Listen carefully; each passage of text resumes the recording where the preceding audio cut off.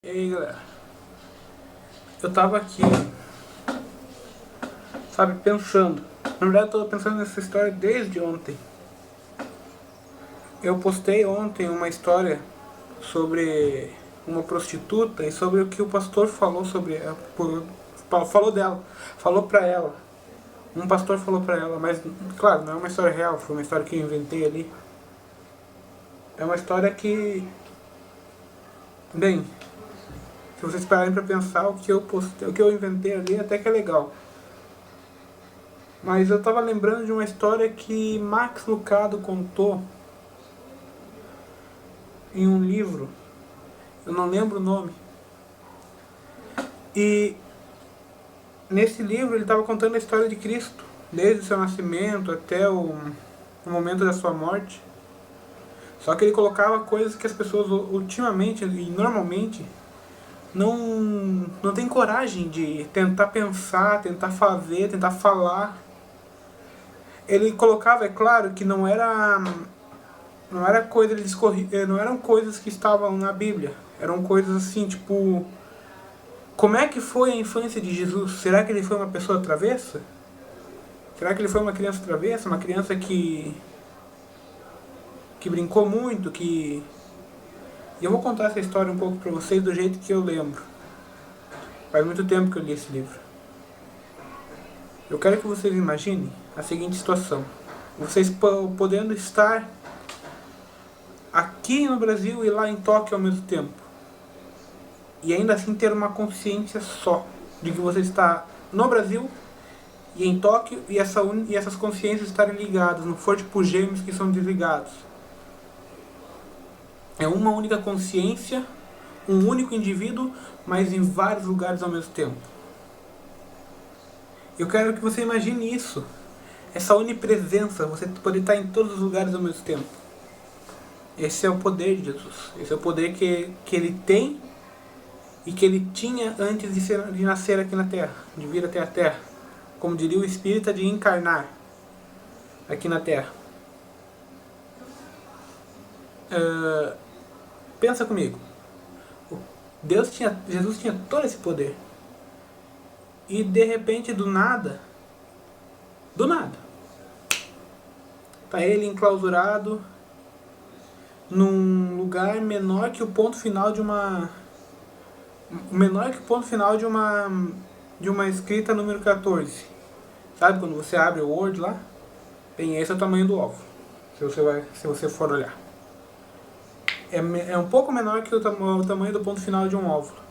E depois, com o tempo, ele começa a crescer, ficar maior. E ele acha que... Ele acha não. E ele fica maior, maior, maior, até que um momento, o local onde está alojado aquele negócio, aquele óvulo, fica escasso, fica pequeno para ele, porque ele fica muito maior do que o espaço que ele está lá. Imagina você ter todo o poder do universo, poder ser onipresente e de repente estar enclausurado num local que é do tamanho de uma pera. Esse é o tamanho do ventre da mulher. O cara, ele tinha todo o poder do universo para rejeitar aquilo. Ele poderia ter dito, não, isso não é pra mim, tá muito apertado, eu podia estar em todos os lugares ao mesmo tempo, podia estar, sei lá, eu podia agora estar lá no Japão, curtindo, no Japão do futuro, curtindo sei lá, curtindo o som, curtindo a tecnologia, e agora eu tô aqui apertado nessa barriga? Não, vou embora. Se fosse eu e você, pô, ele tinha todo o poder para rejeitar isso. Se fosse eu e você, né, eu teria ido embora. E daí, ele nasce. A primeira coisa que acontece quando um bebê nasce, para ele poder respirar e chorar, é o quê? Tomar um tapão nas costas. Ele nunca tinha sentido dor. Foi a primeira dor que ele sentiu. Tá, isso é claro, são conjecturas, não são coisas, são pensamentos. Assim, tu pode imaginar como seria, conjecturar. Não vão colocar que eu estou colocando coisa que não está na Bíblia. E realmente não está na Bíblia. Mas são coisas que a gente pode conjecturar, porque a gente sabe que Jesus nasceu. Então, se ele nasceu, ele teve uma infância. Se ele nasceu, ele passou pelo ventre. Então, aí você imagina a vida de Jesus.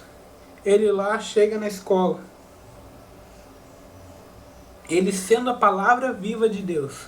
Está indo se rebaixando e indo aprender a palavra de Deus. É claro, ele tinha um tempo ainda para o cérebro dele se desenvolver e tudo mais, para que ele pudesse entender o que ele estava fazendo. É por aí. Tá. E ele vai para a escola. E sabe, toda escola tem vários tipos de turma, né? Tem a turma do fundinho, que é o pessoal da bagunça. Será que ele fazia parte daquela turma? Tem a turma da frente, os nerds. O mais provável. Tinha a turma do meio. Aquela turma que não quer fazer bagunça, mas também não quer aprender. Pô. Qual das turmas ele participava? Provavelmente nenhuma, porque Jesus era diferente de todos. Mas provavelmente também dos nerds. Ou será que dos bagunceiros? Porque a gente vê em Lucas, se eu não estou enganado, que ele foge dos pais, do pai e da mãe. E quando o pai e a mãe vão procurar, ele com 12 anos está lá no meio dos sacerdotes, ensinando o sacerdote. Pô. Será que ele era bagunceiro, gente?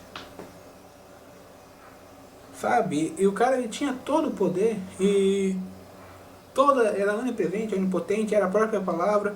E de repente ele olha para o lado na sala de aula, um piá dormindo em cima da Torá, em cima da palavra. Pá! Não é bom. Cara, tu imagina a situação, ele sendo a própria palavra, olhar aquela situação, o cara lá dormia. Como diria um pastor que eu conheci, já falando em línguas estranhas, né?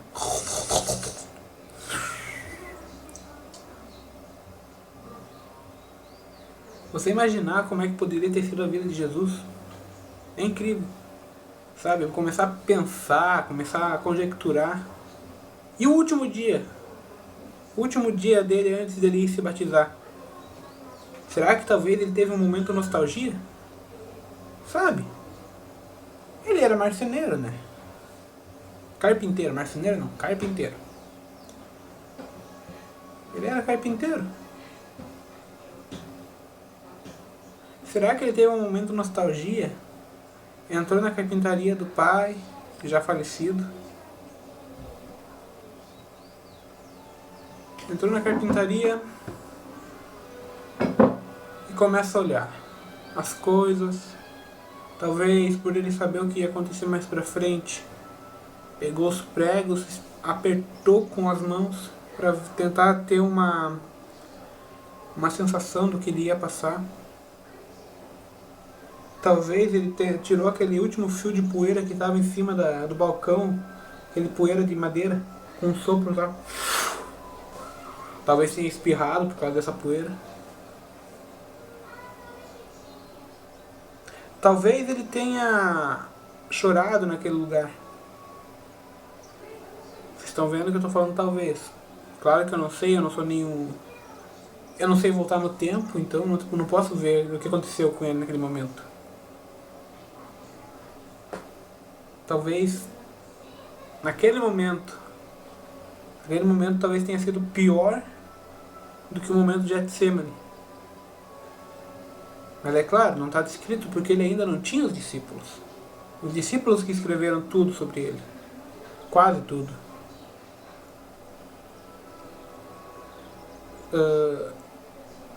Porque eles precisavam mostrar um Jesus forte. Tanto como o Jesus homem, como o Jesus médico, como o Jesus super-herói, como o Jesus filho de Deus Eles precisavam mostrar uma afeição de Jesus forte, para que os outros não tivessem medo de chegar a ele. Entende? Tá, continuando. E no momento do batismo, todo mundo sabe o que aconteceu. Na ida até o batismo, o que foi? O que foi aquilo? Será que ele sentiu um peso? Uma vontade de desistir? Uma vontade de não querer mais? Porque ele era humano. Pô, ele veio até se tornou como nós, a palavra mesmo fala. Será que ele não sentiu a vontade de chutar o balde e dizer, não, eu não quero isso? Talvez ter uma vida normal, sabe? Talvez ele pudesse querer ter uma vida normal. Pudesse querer, pô, sei lá, casar, ter filhos, ter uma geração a partir dele, ter o nome dele escrito na linhagem de Davi, o nome dos filhos dele, na verdade, porque ele já está na linhagem de Davi. É o sonho de todo homem. Principalmente naquela época. Hoje em dia já nem tanto. Mas pensa. Pô, será que ele sofreu? Será que naquele momento que ele estava se despedindo da marcenaria, da marcenaria não, da carpintaria, da base de operações do trabalho dele, naquele momento será que ele, pô, um momento nostálgico, só que triste, solitário? E quando ele foi se despedir da mãe? Quando ele foi se despedir de Maria? Será que teve algum choro? Alguma coisa? Maria, ele talvez, será que ele contou o que iria passar para Maria? Ou será que ele deixou incógnito? Por isso que ela chorou no final. Tantas coisas que a gente pode pensar, mas tanto sofrimento que o nosso Cristo passou, tanta coisa que ele passou que pode ser que aconteceu, e tudo isso só leva a um caminho, que foi o caminho de morte dele. Ele podia ter desistido, ele podia ter dito, não, eu não vou viver uma vida normal, senão o pai me leva daqui, eu não quero mais. Pô, daí só uma consequência daria se ele fizesse isso. Nós não estaríamos aqui, nós não estaríamos mais salvos, não estaríamos salvos como nós estamos. Pô, tu imagina a situação dele, aquela aflição que ele sentiu. Uma aflição que talvez corroeu a alma dele durante os 3 anos que ele esteve. Durante os 3 anos que ele esteve com o ministério dele, talvez aquela aflição ficou ainda dentro do coração dele. Não estejais aflitos, talvez por isso ele falou. Talvez por isso ele falou essa frase. Não estejais aflitos de coisa alguma, em tudo sejais, façam o pedido em oração. Não leve aflição contigo, não fique aflito. Talvez fosse por isso que ele falou isso. Porque ele estava aflito. Ele já estava num momento, por ele ser humano, que ele já não estava mais aguentando. Por isso que no momento, o nervosismo dele, no momento do Getsemane, o nervosismo dele foi tão grande, que o suor dele se tornou em sangue.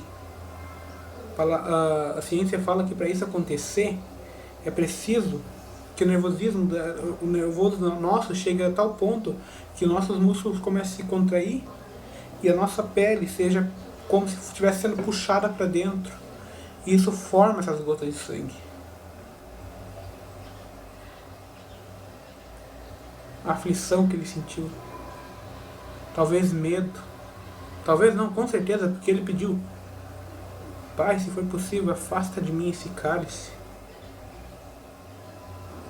Mas que não seja feita a minha vontade, mas a tua.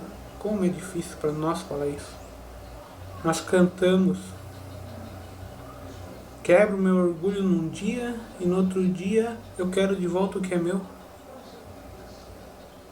Nós falamos: Senhor, eu te entrego todo o meu ser, e no outro dia já pedimos de volta. A viver como Cristo viveu, aguentando todas as aflições, carregando a própria cruz e a de todos os outros. Porque foi isso que ele fez. Ele não carregou só a cruz dele. Não carregou só o fardo dele. Que o fardo dele é leve, ele mesmo falou. Meu fardo é leve e meu jugo é suave. O fardo dele é leve. Ele carregou de todos. Todos quanto o aceitaram como Senhor. Eu fico pensando e, como é que eu fui merecer isso? Eu me sinto, sabe, às vezes um hipócrita. Na parte mais profunda da palavra, hipócrita. Duas caras, mascarado. Porque eu me digo cristão, mas não vivo como Cristo, sabe? As pessoas se dizem cristãs e não vivem como Cristo. Porque a palavra cristão em si significa parecido, não igual. Tem uma diferença entre parecido e igual. As palavras são parecidas, mas não são iguais. Tem uma diferença e significa ser parecido com Cristo. Alguns de vocês já devem estar pensando, é difícil. Viver como Cristo quer dizer que eu não posso casar? Não estou dizendo isso não. Viver como Cristo é passar pelas aflições sem reclamar. É ver as tentações chegarem na tua frente e dar um passo fora nelas. É ver o diabo trazer as bandejas douradas na tua frente e falar: cai fora, capeta, que eu não tô com saco pra você hoje. É tu ver o teu amigo errar e lá avisar ele: tu tá errando. É tu ver o teu pastor errar e ir lá avisar ele com a cara mais lavada possível. Não tô falando no sentido ruim, mas no sentido bom. E falar: tu tá errando, pastor. Não ter medo de falar com ninguém e pra ninguém dele.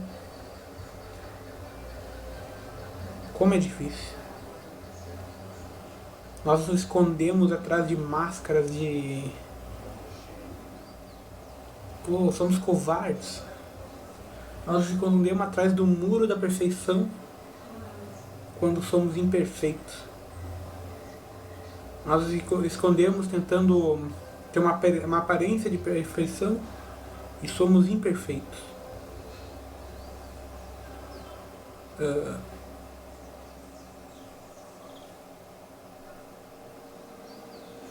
É difícil viver como um cristão, principalmente porque não sabemos viver como tal. Sinceramente, não sabemos.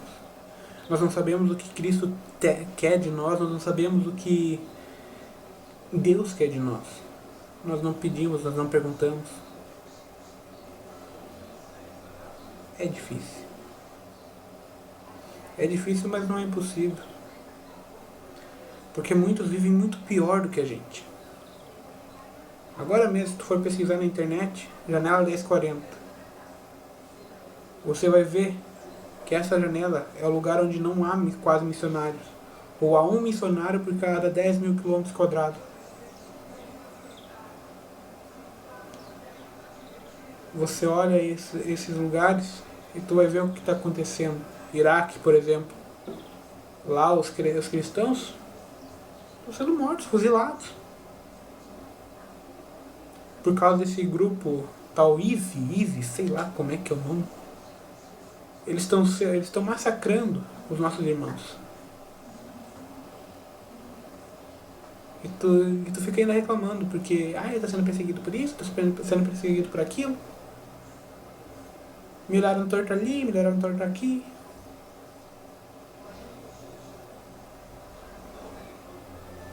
Mas se tu for pensar, tem pessoas que estão passando muito pior do que você. E só para te mostrar uma coisa.